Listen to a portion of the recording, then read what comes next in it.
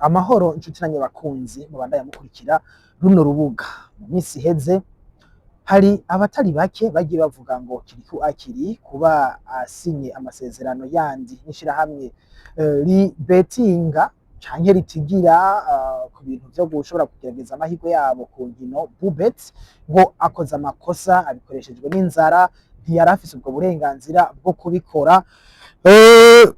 Nk'ubu novuga nk'uwitwa gute ngo Kida Damaya promoter, yes, yarakoze akavideo ariko arabisigura ngo abikoreshejwe n'inzara, ngo nagume ahagaze muri neza na neza Superbat yashira hamwe rikora amabati yo gusakaza inzu, apana yo gusakaza abantu, you know.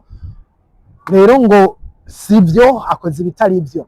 N'abandi benshi mwari muriko muravyiyumvira umutarambirwa news, twagize tuti reka tuje ku kivu turondera ukuri, yaba kiriku akiri yaba abandi biyumvira muri ubwo buryo, kuko bishobora kumuteranya na Superbat batanguranye.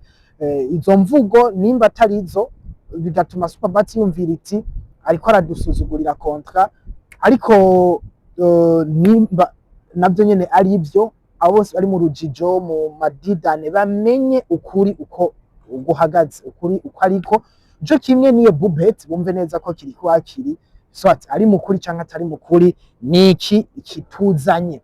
Icambere na mbere coco, amategeko avuga yuko umu brand ambassador ashobora kuba umu brand ambassador w'amashira hamwe canke ama entreprise abiri canke arenga, ivyo arabirekuriwe.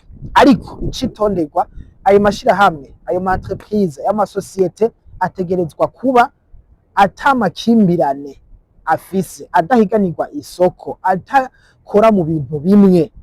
Ako kantu sinzi ko mukumva, ntaho abahuriye. Ntushobora gufata ishirahamwe ricuruza amabati canke ryahingura Superbat nguce ugenda gukorera irindi shirahamwe nka Musumba Steel rikora vya bindi nyene fo archifo, ivyo ntivyemewe. Ariko Superbat bubet ntaho bihuriye, nta concurrence bifitaniye kuri marché amadebouché samwe, aho abifitiye uburenganzira. Hari rero n'ivyamamare bije bitandukanye ku isi biri brand ambassadors y'ama companies atandukanye, kandi ari umuntu umwe. Nk'akarorero Cristiano Ronaldo ni mu brand ambassador wa Nike, ni birato vy'imyambaro bakoresha mu gukina, cyanditse ko Nike, bikorwa na Nike, ni mu brand ambassador w'iyo company canke iyo société. Ariko kandi afitanye amasezerano yihariye mugabo kandi mu buryo bwugurutse n'izindi companies, aho twavuga nka Clear, Clear ni ishira hamwe rikora ibintu by'amashampo, kandi harimo na Herbalife. Herbalife ni ishira hamwe rikora ibintu by'imfungurwa ngirakamaro. Ariko nitwibagiye kandi ko afitanye amasezerano na Jacob & Co rikora amasaha. Urumva ayo masosiyete yose ari mu brand ambassador wayo arenga 3, mugabo kubera ko yose adafise ico ahuriyeko nta problem. Igikuru nukubahiriza kontra, utegereza gukurikiza kontra, nukuyisoma neza, ukarabiga itigira ica post ushobora gukora ku kwezi mwumvikanye, canke kuhembwa ku kwezi nk'umunyakwezi. Buri kwezi tuzadushirako amafaranga kuri account yawe iyi angana gutya.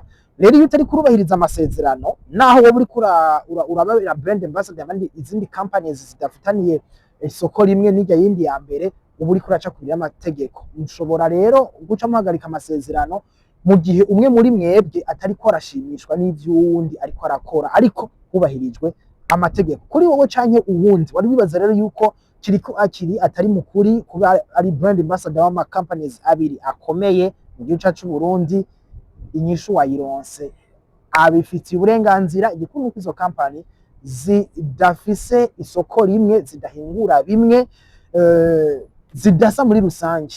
Nuko mugumane natwe, ariko kandi kuri ibi byose bibaza ko wodushimira gute, gira like, ariko kandi ugire na follow canke suivre bivanye n'ururimi telefone yawe ikoramwo. Ni Jerome Hakizimana umutarambirwa, kijana mujanga mufu japo simu kamilifu, sina mingi udhaifu, ningependa leo mtakatifu naelekea kuwa maarufu, ila nikikukosa nitakuwa kama vile mufu japo mimi ni mwaminifu.